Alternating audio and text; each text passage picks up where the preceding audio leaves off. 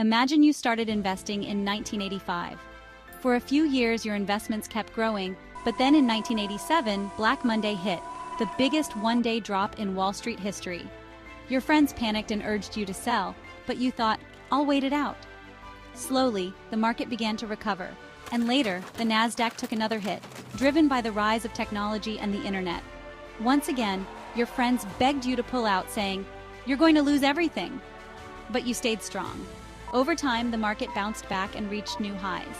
If you'd invested just $250 a month, today you would have around $1.8 million, with an average annual return of 11.23%.